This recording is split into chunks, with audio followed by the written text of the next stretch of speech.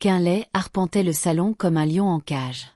Ses mains étaient croisées derrière son dos comme s'il se préparait à s'adresser aux Nations Unies. « Agiro », déclara-t-il enfin en ajustant sa ceinture comme si cela lui conférait une autorité supplémentaire. « À partir d'aujourd'hui, nous devons partager toutes les factures à 50-50e.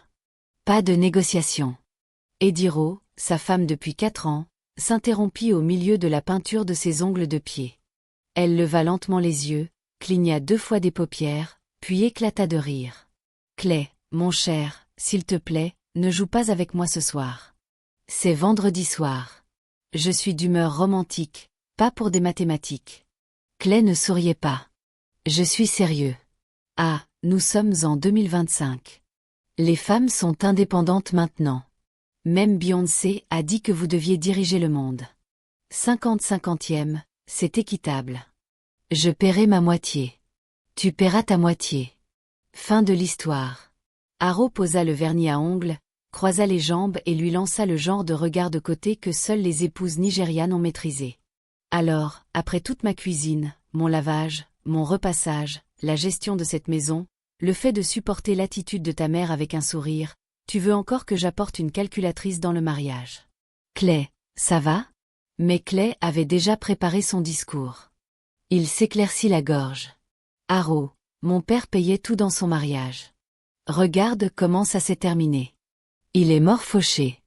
Je refuse de répéter cette erreur. Nous devons pratiquer l'égalité financière. » Edu frappa dans ses mains 3 fois, le clapping nigérian traditionnel de l'incrédulité. « Égalité. Égalité. Alors demain, tu porteras aussi la grossesse pendant 9 mois. Ah oui, pousser un être humain et allaiter la nuit. Ah oui, c'est l'égalité que tu veux. » Mais Quinlay n'était pas ému. Il avait téléchargé un TED Talk sur l'égalité des genres la semaine dernière et maintenant il était philosophe. Il se tint droit et annonça « Nous commençons aujourd'hui. Ce soir, nous sortons dîner et quand la facture arrivera, Aju, sois prête. » 2 heures plus tard, Koun et Eru entrèrent au Royal Palm, l'un des restaurants les plus chers de Lagos.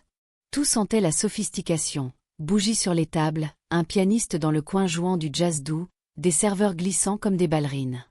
Koun bomba le torse, se sentant comme un grand homme.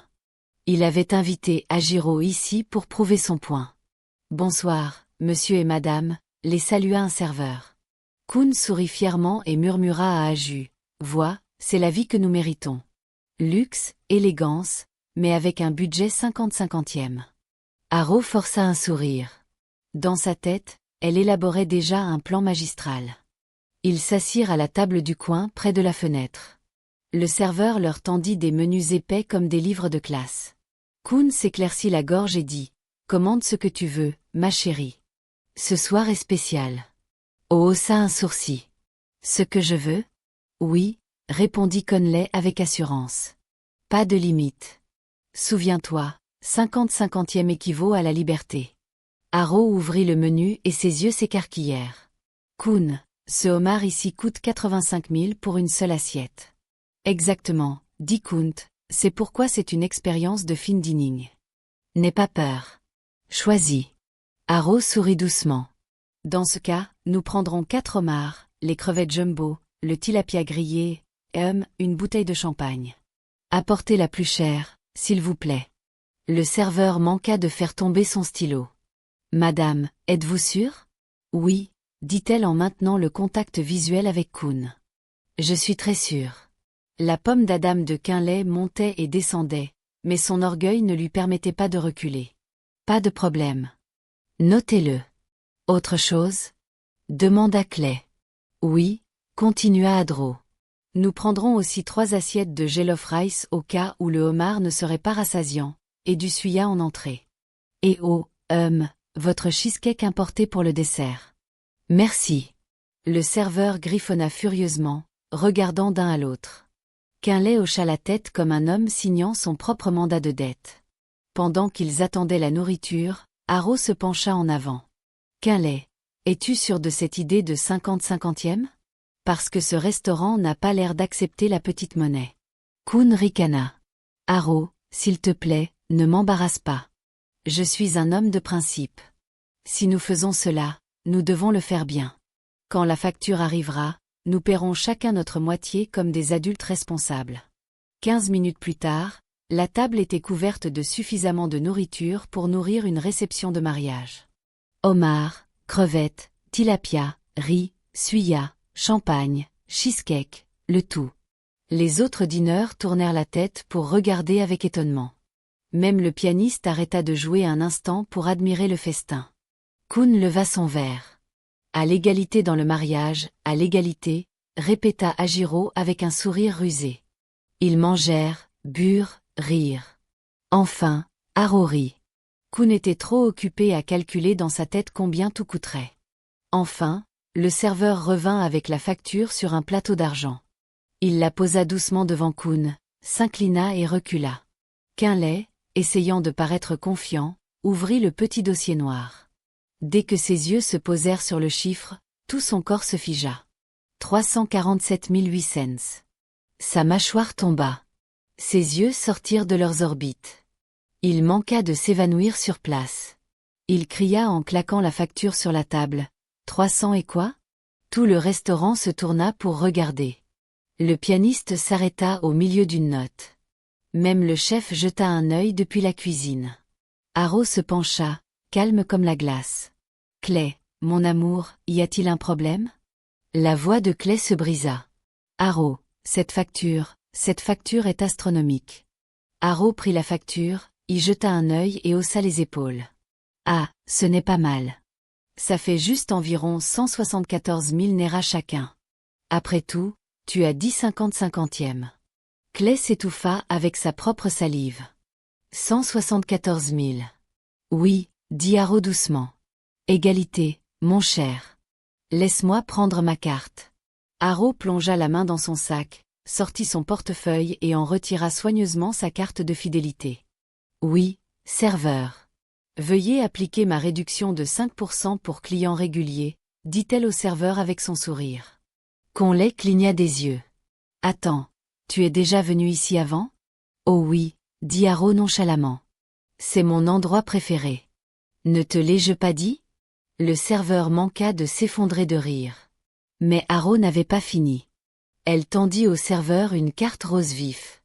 Aussi, s'il vous plaît, après avoir appliqué la réduction de 5%, mettez l'addition sur le compte de Cool. Il adore gérer les finances pour nous deux. Un homme très responsable. Quoi? Hurla Cuny. Et du battit des cils. Oh, Cuny, ne sois pas choqué. Tu voulais l'égalité. Je te donne l'égalité. Mon égalité, c'est le soutien émotionnel. Ton égalité, c'est la responsabilité financière. N'est-ce pas magnifique? Quinlay enfouit son visage dans ses mains. Il avait été vaincu et ce n'était que le début. S'il y avait une chose en laquelle Quinlay croyait plus qu'en l'égalité 50-50e, c'était les réunions de famille. Dans son esprit, peu importe le problème de mariage, dispute de terrain, qui a volé quoi au port, les réunions de famille pouvaient tout résoudre. Ainsi, après le désastre du Royal Palm, Quinlay passa un coup de fil à 7 heures du matin le lendemain. À midi, les deux familles avaient été convoquées.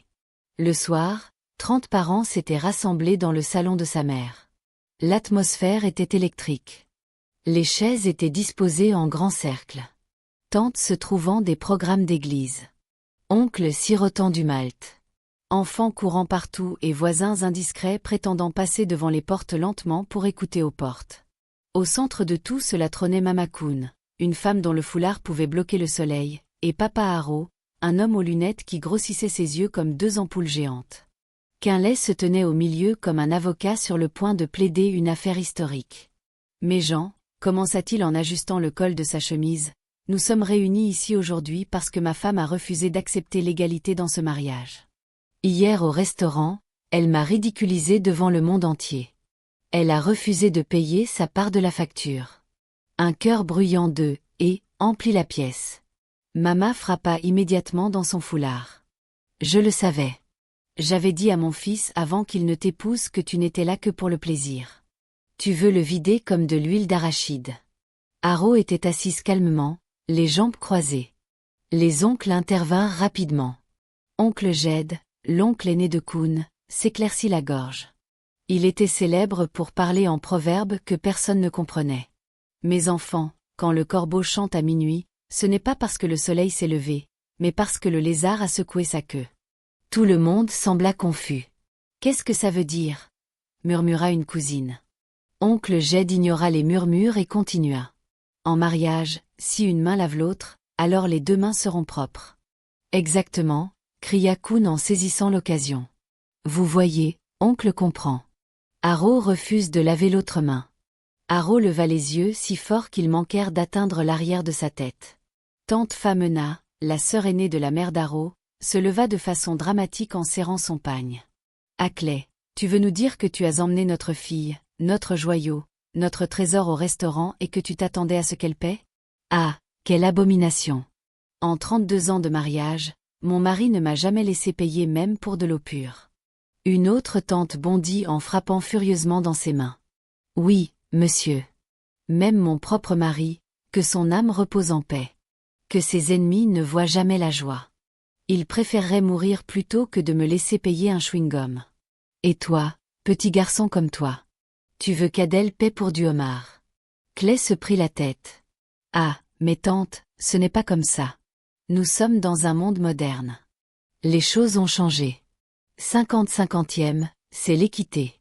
Tante Ea Alta, chancela en arrière comme si elle avait été touchée. Monde moderne. Alors tu veux que ma nièce devienne une esclave moderne?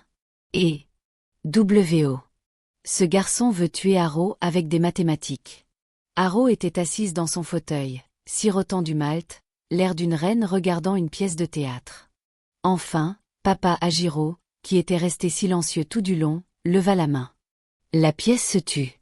Sa voix grave emplit l'espace. Mon gendre Clay, je t'écoute. Je comprends que tu veux l'égalité, mais laisse-moi te demander, quand Haro cuisine la soupe dans cette maison, lui verses-tu un salaire? Car remua inconfortablement. Eh bien, non. Mais quand elle lave tes vêtements, lui paies-tu par chemise? Non, monsieur, mais quand elle reste éveillée la nuit à s'occuper de votre enfant malade, lui donnes-tu une allocation pour le sommeil perdu? Kun baissa la tête. Pas exactement. Mais alors pourquoi? Tonna papa en frappant sa canne sur le sol. Pourquoi veux-tu partager les factures avec elle comme si ce mariage était une coentreprise? Est-elle ta femme ou ta partenaire d'affaires? La foule explosa, certains applaudirent, d'autres crièrent, dis-lui. Kun transpirait. Il sortit son mouchoir, s'essuya le front et bégaya.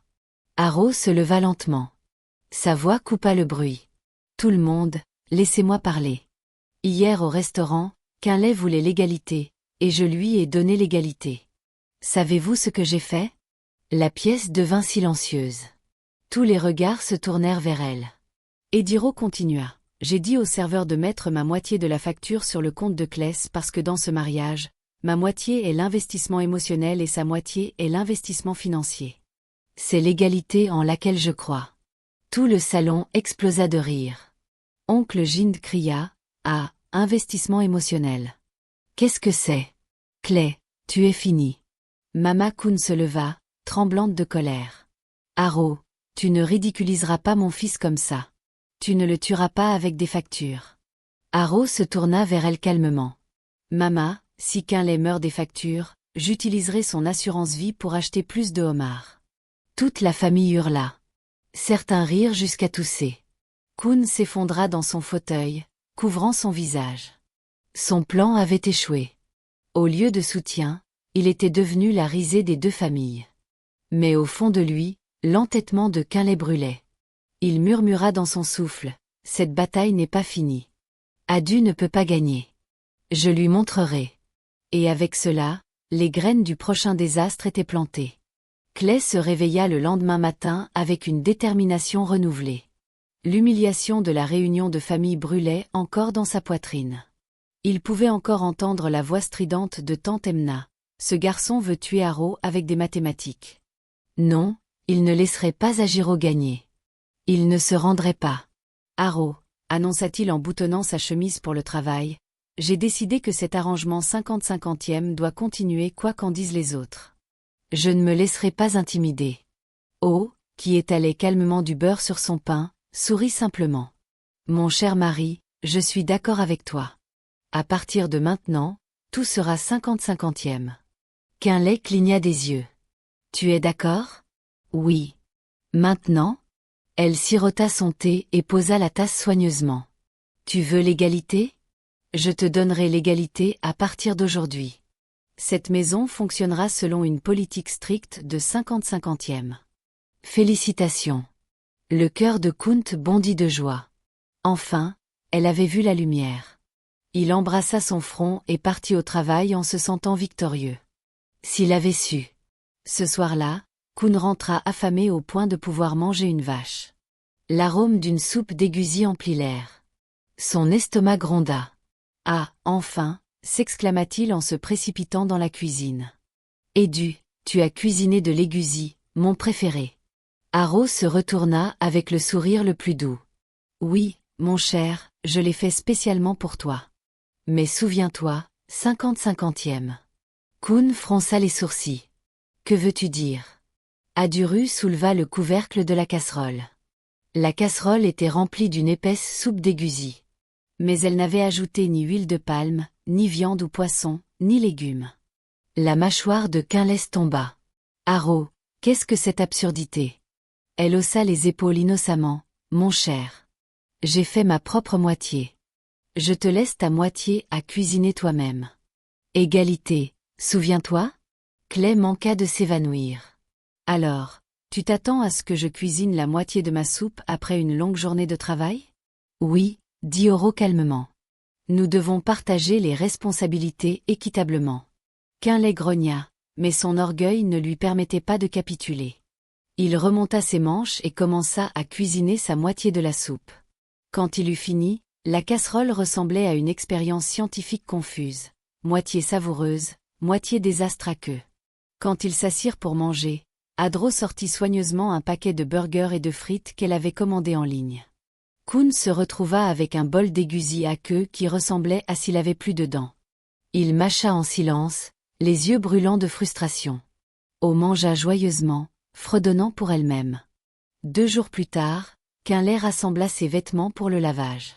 Mais quand il vérifia la corde dehors, il vit quelque chose qui manqua de lui causer une crise cardiaque. Ses chemises étaient suspendues, mais seulement à moitié lavées. Le côté gauche de sa chemise blanche brillait propre, mais le côté droit était encore brun de poussière. Ses pantalons étaient impeccables sur une jambe, mais complètement sales sur l'autre. Haro, beugla-t-il en fonçant dans le salon. Qu'est-ce que cette folie? Haro, affalé sur le canapé avec un magazine, ne leva même pas les yeux. Oh, j'ai lavé ma moitié. L'autre moitié est ta responsabilité. Quinlay brandit sa chemise à moitié propre, à moitié sale, incrédule. Comment puis-je porter ça au bureau? Les gens penseront que je suis fou. Haro haussa les épaules. Eh bien, au moins ils sauront que tu crois en l'égalité. Clay manqua de s'effondrer. Il s'imagina entrant dans une salle de réunion avec une manche étincelante et une manche crasseuse. Ses collègues penseraient qu'il avait rejoint une troupe de comédie. À partir de ce jour, il commença à laver ses propres vêtements en secret, trop honteux d'admettre que sa femme l'avait transformé en nettoyeur à sec à temps partiel. Si Quinlay pensait que ça ne pouvait pas empirer, l'heure du coucher le détrompa. Cette nuit-là, il rampa dans le lit épuisé, mais à son choc, seulement la moitié du lit était faite. Haro, où est le reste de la couverture? Haro, déjà bien bordé confortablement, répondit, 50-50e, mon amour. J'ai fait ma moitié. S'il te plaît, fais la tienne. Nous partageons équitablement. Cool regarda son côté. Matelas nu, pas de couverture, pas de couette. Il s'allongea de son côté du lit et réalisa qu'Adro avait la couverture entière pour elle. Il frissonna. Adjuru, ne sois pas ridicule. La nuit est froide. Alors achète ta propre couverture. Souviens-toi, j'ai acheté celle-ci avec mon propre argent, dit-elle en se retournant. Clay essaya de tirer la couverture, mais Hajiro la serra avec la force de 10 bodybuildés. Ils luttèrent toute la nuit comme 2 lutteurs professionnels. À un moment, Kun parvint à attraper un coin de la couverture, mais Haro le frappa si fort qu'il roula par terre. Au matin, Kunt ressemblait à un sans-abri qui s'était battu dans une bagarre de rue. Adro, en revanche, se réveilla rayonnante et reposée. « Bonjour, mon cher », dit-elle doucement. « Comment as-tu dormi ?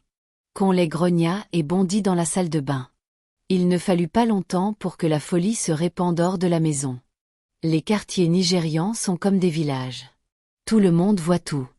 Un matin, la voisine de Clay, Mamati, appela par-dessus la clôture. « Cleu, j'ai vu ta chemise sur la corde l'autre jour. Une manche était propre et l'autre sale. J'espère que tout va bien. » Conley marmonna quelque chose dans sa barbe et courut à l'intérieur. Un autre jour au magasin local, Kun commanda une miche de pain. Quand la commerçante la lui tendit, elle murmura. « S'il vous plaît, monsieur Cole, paierez-vous pour la moitié maintenant, et votre femme paiera l'autre moitié plus tard. J'ai entendu que vous pratiquez le 50-50e en tout. » Le magasin explosa de rire. Les yeux de Conley devinrent rouges. Il voulait que le sol l'avalent entier. Bientôt, toute la rue jasait sur eux. Mais le coup final vint d'une direction qu'il n'avait jamais anticipée. Ses propres enfants. C'était un matin de semaine. Haro aidait les enfants à se préparer pour l'école. Leur fils David, 10 ans et toujours joyeux, ajustait sa cravate. Leur fille Tommy, 7 ans, fredonnait une mélodie en se brossant les cheveux. Kun sortit de la chambre en attachant sa ceinture. « Haro, je pars au bureau maintenant. Les enfants sont prêts ?» Haro sourit doucement. « Oui, mon cher. Ils sont tous prêts. » Elle semblait si calme que Kun ne remarqua rien d'étrange. Il embrassa les enfants sur le front et partit. 2 heures plus tard, il était en réunion quand son téléphone sonna. C'était un numéro inconnu. « Allô. Bonjour, monsieur. Est-ce monsieur Clay Haddy, père de David et Tommy Haddy ? Oui, c'est moi. Qui est à l'appareil ? C'est madame Aaygreki, la directrice de leur école. S'il vous plaît, monsieur, pourriez-vous venir à l'école immédiatement ? Il s'agit de vos enfants. » Le cœur de Kung tomba. Que s'est-il passé ? Vont-ils bien ? Ils vont bien, monsieur, mais ils sont sur le point d'être renvoyés chez eux. Renvoyés chez eux ? Pourquoi ? Pour paiement incomplet des frais de scolarité. Leur mère n'a payé que 50%. Kun se figea. 50 quoi ? 50%, monsieur. Elle a dit que leur père paierait l'autre moitié puisque vous faites tout équitablement. Il y eut un moment de silence. Même la voix de la directrice portait un rire réprimé. La tête de Clay commença à tourner. « Madame, plaisantez-vous ? J'aimerais bien. » La directrice soupira. « Ils sont dans mon bureau en ce moment avec leur sac d'école. S'il vous plaît, venez vite. » Clay raccrocha et sortit de son bureau comme un homme poursuivant son destin. Quand il arriva, il vit David et Tommy assis sur un banc dehors du bureau de la directrice. Leurs visages étaient longs. « Papa, » dit David. « Ils ont dit qu'on ne pouvait pas aller en classe tant que tu n'as pas payé ta moitié. » La mâchoire de Conley tomba. « Ma moitié. »« Oui, » ajouta Tommy innocemment. « Maman a dit, papa complétera parce qu'elle a déjà fait sa moitié. » Elle leur a même montré les reçus. La tension artérielle de Kunde monta en flèche. Il se tourna vers madame Aaygreki. « Madame, comment pouvez-vous embarrasser mes enfants comme ça ?» La directrice croisa les bras. « Monsieur, avec tout le respect, leur mère a insisté. Elle a dit, et je cite, « Notre maison est une maison 50-50e. Laissez leur père compléter le solde. » Que devions-nous faire ? Kunt regarda ses enfants. Puis la foule de parents qui s'étaient rassemblés à proximité, chuchotant et ricanant. Un homme dit même, « Ah, ce doit être ce couple 50-50e dont ma femme m'a parlé. » Conley voulait que le sol l'avale.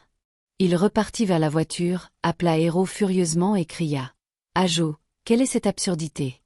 Tu as envoyé les enfants à l'école avec la moitié des frais de scolarité. » La voix d'Haro était calme, presque douce. « Oui, cher. Tu as dit que nous devions partager tout équitablement. J'ai payé mes 50%. C'est ton tour de faire les tiens. » Clay manqua d'exploser. « Edu, ils sont sur le point de renvoyer nos enfants chez eux. »« Oh, ce n'est pas bon, » répondit-elle nonchalamment. « S'il te plaît, dépêche-toi et paie ta moitié pour qu'ils puissent retourner en classe. » Kun fut sans voix. Il raccrocha et s'assit en silence dans la voiture. Serrant le volant comme s'il s'agissait de sa dernière bouée de sauvetage, il regarda ses enfants dans le rétroviseur latéral.